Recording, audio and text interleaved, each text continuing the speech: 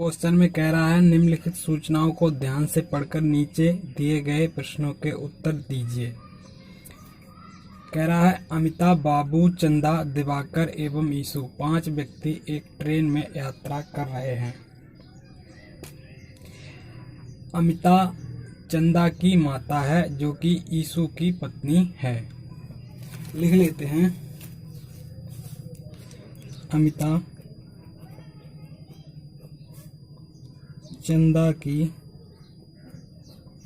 माता जी हैं जो कि ईशु की पत्नी है।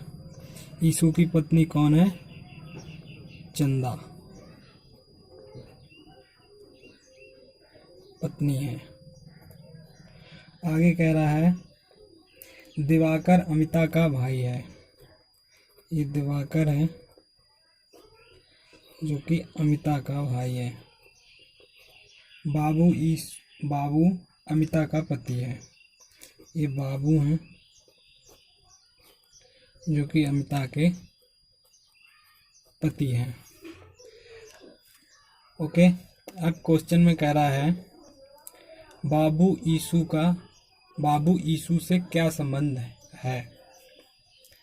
तो ये हैं बाबू और ये हैं ईशु। बाबू की पत्नी है अमिता, अमिता की बेटी है चंदा, चंदा का पति है ईशु, यानी कि ये ससुर जी हैं। ईशु के ससुर हैं बाबू, यानी कि रिश्ता है ससुर का। ऑप्शन नंबर बी ठीक है। नेक्स्ट कह रहा है अमिता ईशु का क्या संबंध है। अमिता ये हैं, ईशु ये हैं। ये ससुर हैं तो ये सास हैं, तो ये सास का। ऑप्शन नंबर ए ठीक है। एक महिला का परिचय कराते हुए एक व्यक्ति ने कहा उसकी माता मेरी सास की इकलौती पुत्री है। उस व्यक्ति का महिला से क्या संबंध है। इसके लिए एक छोटा सा डायग्राम बनाते हैं। ये एक व्यक्ति है और ये एक महिला है।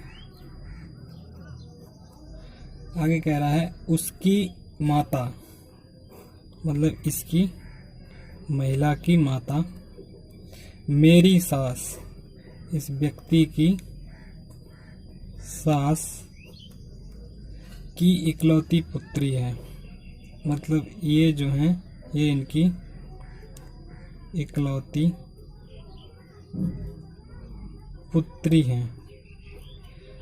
अब देखो इस व्यक्ति की सास की इकलौती पुत्री, व्यक्ति की सास की इकलौती पुत्री जो होती है वो उसकी पत्नी होती है, तो ये इनकी पत्नी होंगी। और ये इस महिला की माता हैं, तो ये इनकी बेटी है।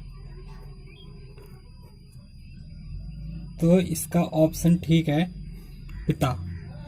ये जो महिला और व्यक्ति का संबंध है, व्यक्ति इस महिला का पिता है। ऑप्शन नंबर डी ठीक है। अपने से आगे बैठी हुई महिला की ओर देखते हुए अमित ने कहा वह मेरी पत्नी की बहन है। उस महिला से अमित का क्या संबंध है। तो ये तो बहुत सरल है, पत्नी की बहन है तो साली होगी इसकी। ऑप्शन नंबर साली होगी। ऑप्शन नंबर सी ठीक है। आशा का परिचय कराते हुए भास्कर ने कहा उसके पिता मेरे पिता के इकलौते पुत्र हैं। आशा भास्कर से किस प्रकार संबंधित है। तो ये बहुत सिंपल ही क्वेश्चन है। वो कह रहा उसके पिता मेरे पिता के इकलौते पुत्र हैं, यानी भास्कर खुद आशा का पिता होगा। यानी कि इसका आंसर है जो आशा है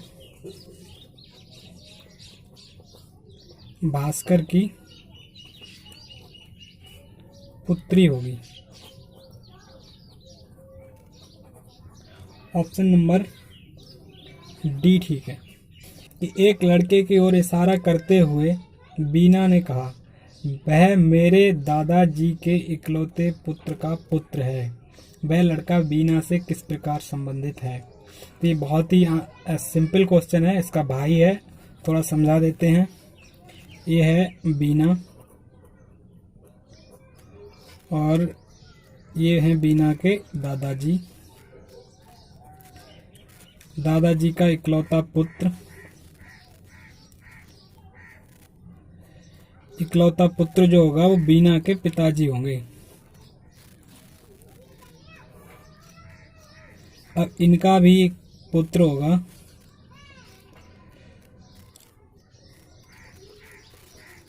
वो इसका भाई होगा। तो इसका सही आंसर है ऑप्शन नंबर बी। एक आदमी ने एक महिला से कहा, आपके भाई का एकमात्र पुत्र मेरी पत्नी का भाई है। वह महिला उस व्यक्ति की पत्नी से किस प्रकार संबंधित है। तो एक छोटा सा डायग्राम बनाते हैं। ये आदमी है और ये वो महिला है। आगे कह रहा है आपके भाई का एकमात्र पुत्र, इस महिला का भाई, इनका एकमात्र पुत्र,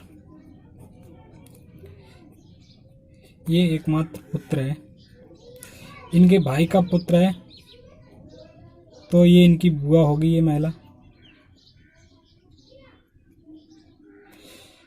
और ये कह रहा है मेरी पत्नी, मेरी पत्नी का भाई है। अब ये सिंपल हो गया, यहाँ पर ये इनकी पत्नी है और ये का भाई है। तो अगर इस पुत्र की ये बुआ है तो इनकी भी बुआ होगी, यानी कि इस आदमी की पत्नी की ये बुआ है। इसका आंसर बुआ है और ऑप्शन नंबर ए ठीक है। एक महिला की ओर संकेत करते हुए साइमन ने कहा, वह मेरे पिता की एकमात्र बहन की पुत्री है। वह महिला साइमन से किस प्रकार संबंधित है। तो एक छोटा सा डायग्राम बनाते हैं। ये साइमन है और ये वो महिला है। साइमन कह रहा है मेरे पिता की एकमात्र बहन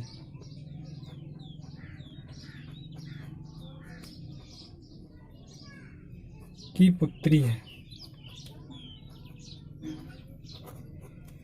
तो ये साइमन के पिता की अगर बहन है तो इसकी बुआ होंगी,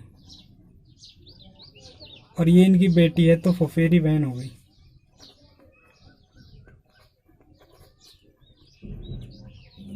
ऑप्शन नंबर डी ठीक है।